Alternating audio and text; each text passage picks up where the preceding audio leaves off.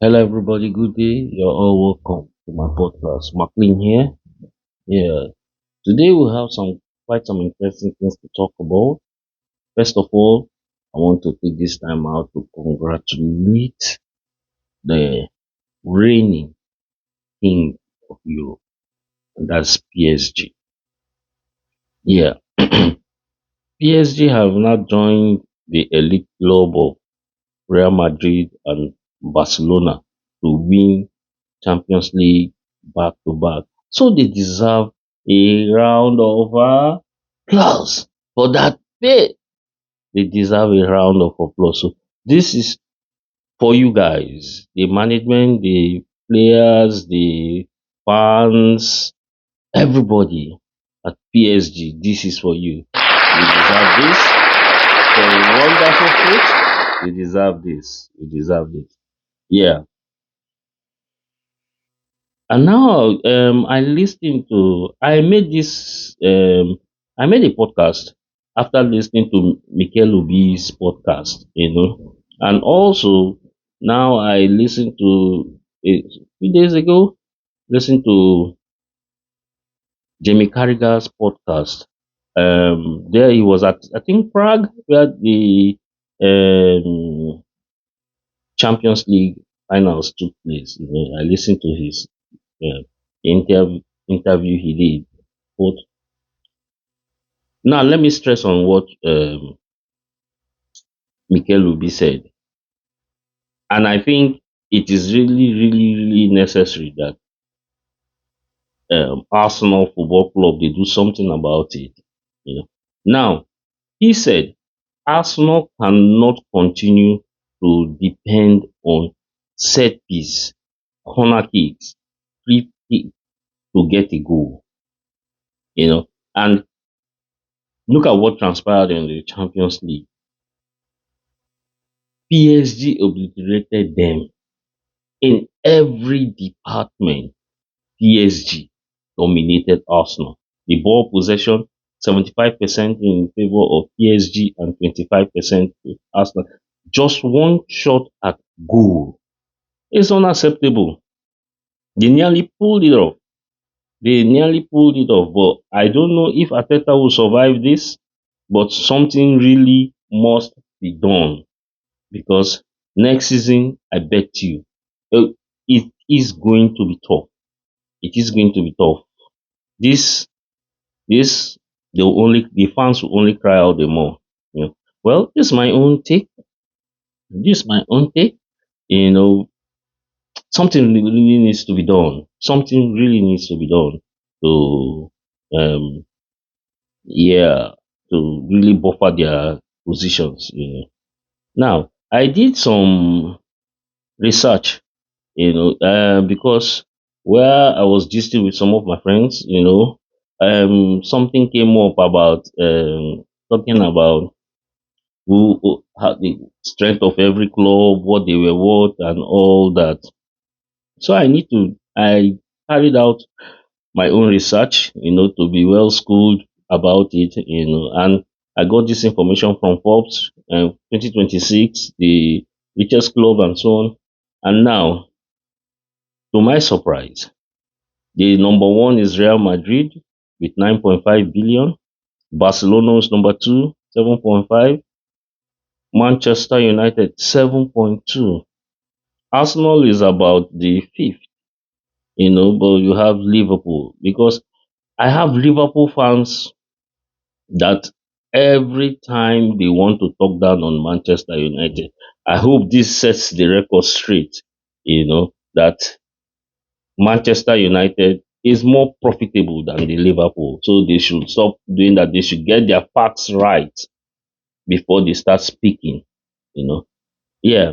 And also somebody posted when I did my research and got it from Forbes, I posted it out to some of my fans out there that watch my podcast. And I posted one got back to me, Milton got back to me, he said, yeah, we have so much money and yet we don't buy players. Yes, that's one problem that um we've been having for quite some time now with the new owners of Manchester United, and They don't go out for the players that the coaches want. They go out and get something else, and they expect the coaches to perform wonders in on the pitch. You know, that's the problem we've been having. Manchester United is worth 7.2 billion. Getting players should not be a difficult thing. And because of our performances, good players don't want to come. But also, I feel that that's what Arsene Wenger did in the, I think in the 2000s and so on. That's what Arsene Wenger did. Arsene Wenger took mid-range players and developed them to outstanding players. And that was how Arsenal, they were able to build Emirates Stadium and pay back the money they borrowed to build that stadium. If you're a good coach, you should be able to spot players that will be great in the future. You should be able to groom them to become great, you know. And that's what I feel. It's not, I know that there should be a blend. There should be a blend. There should be some, there is a place for experience. And that's why I'm angry where they are letting Casemiro go. There should be room for experienced players because experience, you don't buy experience. Because when these younger ones, they see the older ones, the more experienced ones, they tend to listen, they tend to sit up, they tend to watch and get all they can, soak in from the experienced players, you know. So you don't just throw experience out. We know experience comes at a cost because those older players, they are not cheap. They are not cheap to keep, but with this sort of money and what you want, and if you don't win titles, you don't get money. So you don't keep getting second, and that's the problem I've been shouting all this while about my club, Manchester United. You don't need to wait when a coach wants a player. You don't need to,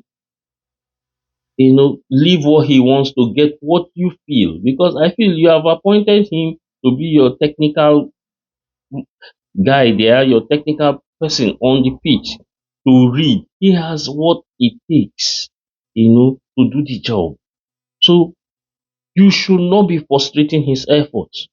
And at the end, when things don't work out, he takes the blame. And you in the office that caused all the chaos and all the mess, nobody seems to blame you.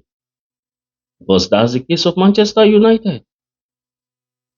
Bad decisions by the board, bad decisions by those in authority, and the coaches pay for it.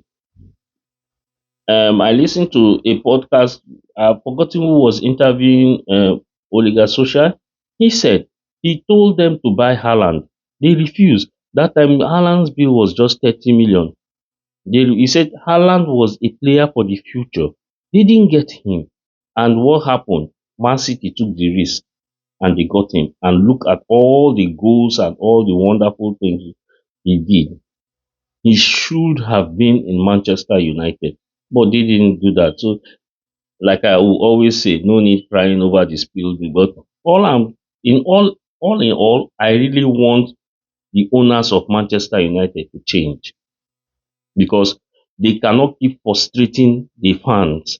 The club belongs to all of them, all of us rather, not just them. Their poor decisions is affecting and for us that go to the stadium, that sit in front of the TVs to watch these games, it's becoming too frustrating and painful to watch what we are watching, you know. And now you people will say, okay, you are now in third position, you're in this, you're in that. I bet you, if they don't start up now, we'll be in the same mess that we were. If they don't help carry it out now, we'll be in the same mess. Please and please, the owners of Manchester United, you should be up and doing, support the man you brought in to do the job so that all of us will smile because we have to get some awards. And remember, they were saying that we were not in Champions League, we were just in only one league, one and tournament. That's why we came third. We have a lot to prove. Let's show these guys that Manchester United can back. Let's show them what we are made of. This stuff we are made of. That whenever anything comes to our turf, they only do damage control. Don't allow Manchester United to score more goals. Let's show them. Well, this is my own view about this subject matter. It's my own opinion. It's subject to whatever you want to say, but this is my own. Please, if you do like what you're hearing from me, please like, share, subscribe. Pass it along to whatever platform you are. Thank you very much.